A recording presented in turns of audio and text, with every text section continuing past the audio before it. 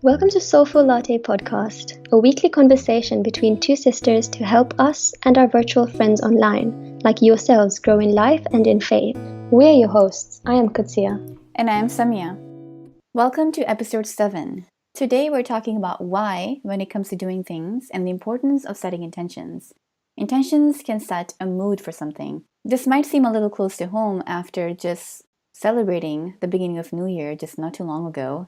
And I know there's a culture of setting goals and setting intentions at this time. And I know that some people that I listen to on Instagram are very much into this whole concept where end of the year, we have to set goals, everything's happening. And then we find ourselves in a very peculiar situation in the beginning of the year. A couple of weeks down the road, those intentions seem to fall apart. The goals seem to disappear. And then we find ourselves in this negative conversation sometimes where, oh, I set these goals, I didn't do them, I guess I have another year, So there's like a little bit of a negative result of something that could be very positive.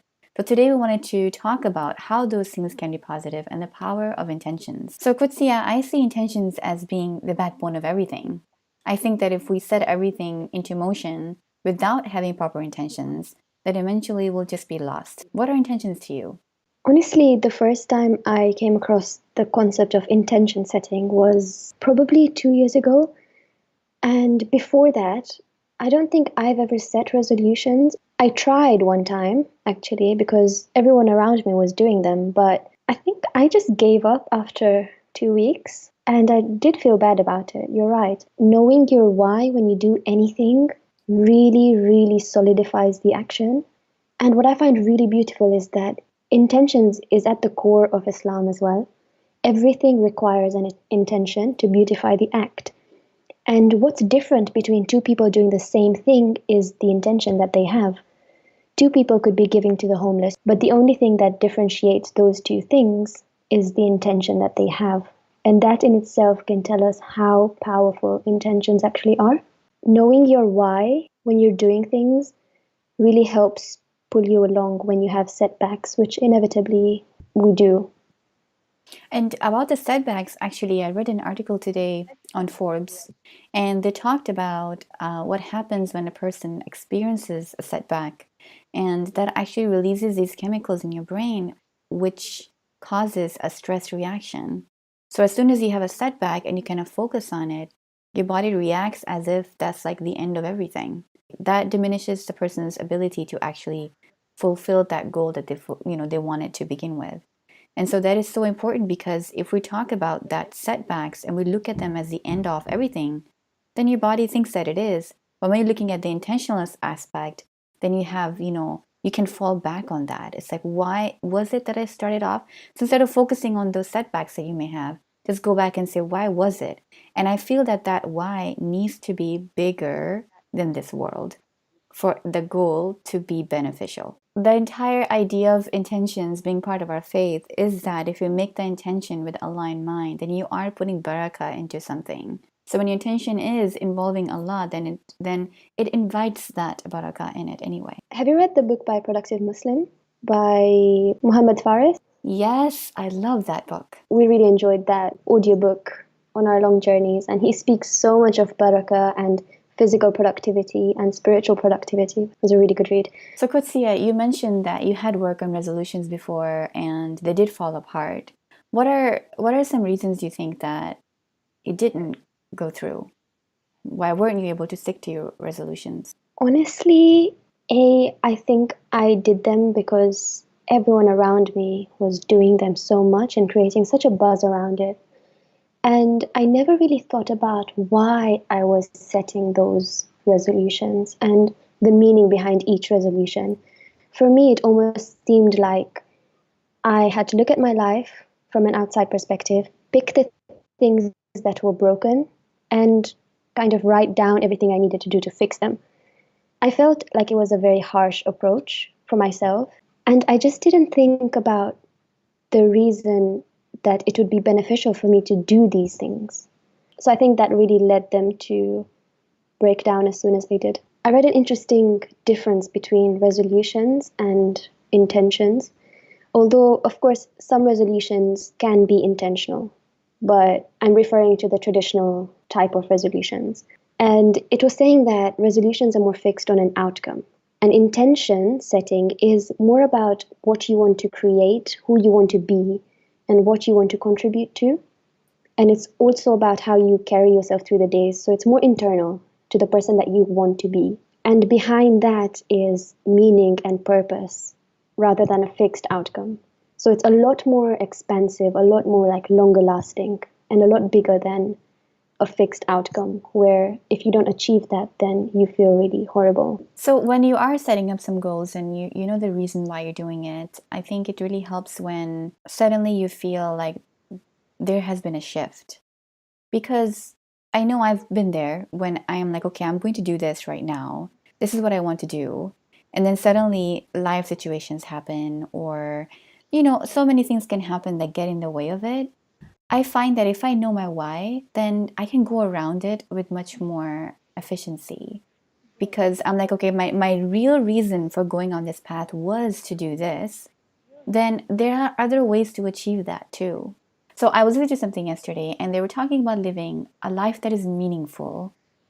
And that is something that really hit me because a meaningful life is something different for everyone. I have a certain set of skills that I can offer, which can make my life meaningful to others. And so I think if that is one of our intentions, one of our whys behind something, that I'm doing this to have a meaningful life, it's so powerful that I'm not saying I'm doing this so I can have six figures job. I'm doing this for a meaningful life. And we find that meaningful purpose within Islam anyway. What does it mean to have a meaningful life? We can find that in our faith. And so that is just a lot more powerful. And if I cannot do this, I have this goal. If it's not giving that meaning anymore, that means I need to switch it. So it's kind of like a checks and balances also on the goal setting, this whole idea of intentions. That is really powerful and life changing, in fact. It's a whole shift of perspective. I have I been love thinking that. about this ever since, and I'm like, I think I need to really hone down on my meaning, what I'm doing right now. Yeah. Subhanallah. I'm not sure if you've heard of Zen Habits, but it's a blog that I really, really love. And I've enjoyed reading his content for, I think, maybe like 5 years. And he speaks about living intentionally and how when he tries to live intentionally and is mindful about what he does, it creates a real transformation internally for him. And he says that his life changes. It becomes more purposeful and more consciously lived. And he's a lot more content with any action, regardless of how small. He gives this example of washing dishes. And he says, something mundane like washing dishes can be so just plain uninteresting. He says, what if you put more meaning behind that action? What if you said, I'm going to be washing these dishes so that I can provide like a sense of freshness to the home, so that my family can eat on nice clean plates and that I can cook my food for them lovingly and serve it on these plates. And this can be a source of nourishing for them. He said that when you try to put meaning behind any action that you do, it makes it so much more meaningful, which is something we spoke about when we spoke about connection to Allah in our previous episode, and said how we would like to attach meaning to the mundane things that we do. This whole entire intentional living has been a little bit of an interest these days because I think there is so much wisdom behind it. I can be, sitting with a friend, but my mind can be somewhere else. But if I'm really engaged with my friend, then I'm creating this connection, which is actually benefiting us in the future because now we're working on a relationship. And so, yes, I think that's so beautiful. So Zen Habits, you said. I Zen think Habits, I'll yeah. have to check it out. I don't know how to pronounce the founder's name, so I won't even try. Oh, But it's Zen Habits. Okay, that sounds good. There's something I remembered. A few years ago, I came across Oprah Winfrey talking about intentions and how she does nothing in her business without intentions. And she said that for her show, she literally does not release an episode without intentions. So she was talking about how anyone who works with her, whenever they have an idea and they want to bring it to her for the show, it has the idea written and then it says, my intention is. And when I listened to that, I just thought, subhanallah, how beautiful is Islam, because it tells us to do that already. That's pretty amazing. No wonder she's like a billionaire. But I think intentions create the purpose. Like, what is the purpose of you doing something? Are you just living, like we mentioned before, a meaningless existence where you're just going day by day, doing little things here and there, whatever? I feel like a movie today. I feel like going out today. I feel like sitting at home today. But why are you feeling like that? Give something, a purpose to everything that you do. Because, Islamically, we have a little bit of time in this world and we have to collect the gems. I don't remember, it's such a common story about that we're here at a train stop and we're collecting gems, and some people are just collecting stones. And so we have to collect the gems, and a stone can turn into a gem with purpose and intention. I actually used to collect stones when we would travel, and I would just get a stone from one place. And it would be so useless. But to me, that stone was special. Because when I picked it up, I knew where I got it from? So yeah, attaching intention and purpose to something just makes the whole experience more enjoyable. That is so special. You're right. You could be doing anything, but the moment you attach meaning and purpose to it, it becomes so much more beautiful. I love that.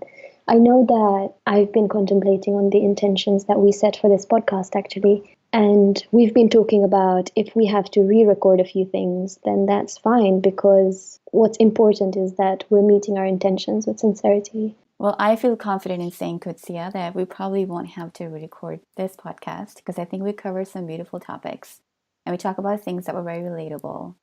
And I always feel that whatever we do talk about in this podcast, it needs to have a purpose and that it needs to benefit someone. The purpose for me is personally that I wanted to benefit everyone who listens to it. So I hope you guys did benefit from this episode.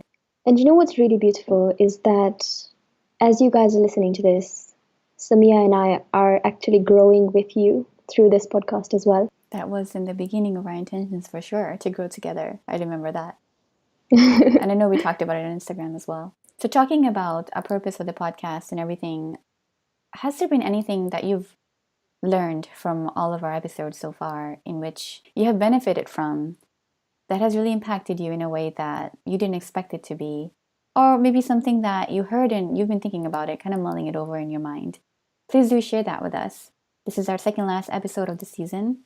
We're really grateful to have you on board and hope to hear from you soon. If there's something that you've benefited from today, we'll be so grateful if you would share it with someone you know and subscribe to the podcast. You can also contact us at Soulful Latte Podcast on Instagram or write to us at soulfullattepodcast@gmail.com. We would really love to hear from you. Until next time, keep growing.